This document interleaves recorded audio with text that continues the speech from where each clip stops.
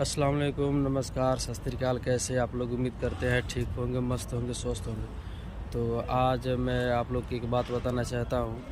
आप लोग कहीं के लिए भी काम करा रहे हैं, किसी कंट्री के लिए, Saudi, Dubai, Oman, Bahrain, Qatar, जहाँ के लिए आप लोग काम करा रहे हैं, तो आप लोग से यही गुजारिश है कि आप लोग थोड़ा अच्छा एजेंट से काम कराइए और जानने वाले से कराइए।